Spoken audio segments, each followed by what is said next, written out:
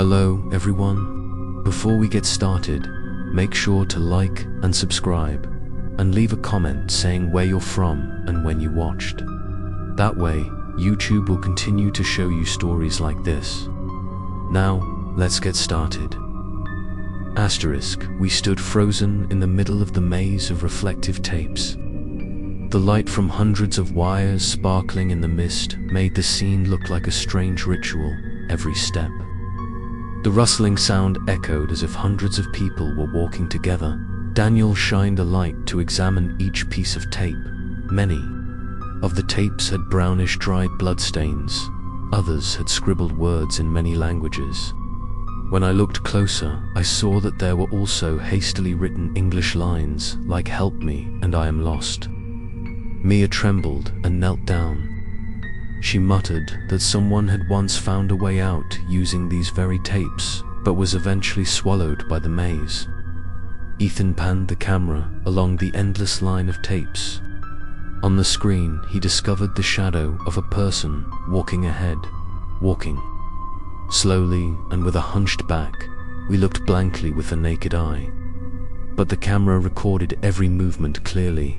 I grabbed Ethan's shoulder and pulled the camera down, not wanting to make the group panic more. But at that moment, whispers rang out around us, this time no longer vague, but clearly formed into words. "Turn back if you don't want to lose your name." I shivered before I could understand. The nearest reflective strips of tape began to shake as if there was wind, but the air around was still thick.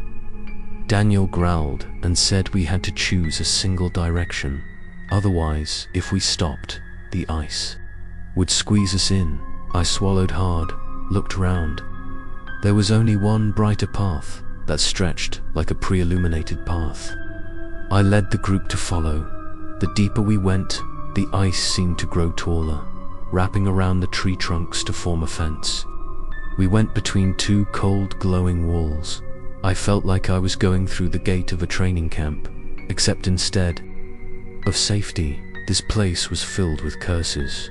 The further we went, the more intense the whispers became, calling each person's name mixed with unclear words. At one point, I heard a short scream, as if someone was being pulled to the ground. Mia burst into tears. Daniel picked her up and ran after me. Ethan flashed his flashlight ahead, and we saw the end of the path was an empty space where dozens of wooden stakes were erected, on each stake hanging a personal item, from torn backpacks, frayed jackets, moldy sneakers, to even yellowed ID cards. I was stunned to realize that one of the cards had a picture of a young man printed on it.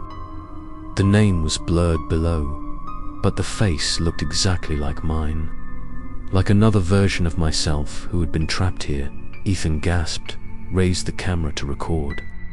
The screen flashed a low battery warning. Suddenly, the ashes from the wooden stakes fell to the ground. Blue fire flared up for a moment, then died out. Cold smoke enveloped us.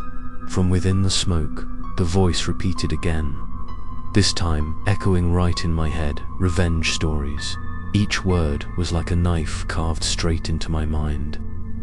Daniel pulled us away from the stakes, but all directions led back to the same place. We were trapped in a loop. I understood that the reflective ice maze not only imprisoned the body, but also swallowed memories and identities.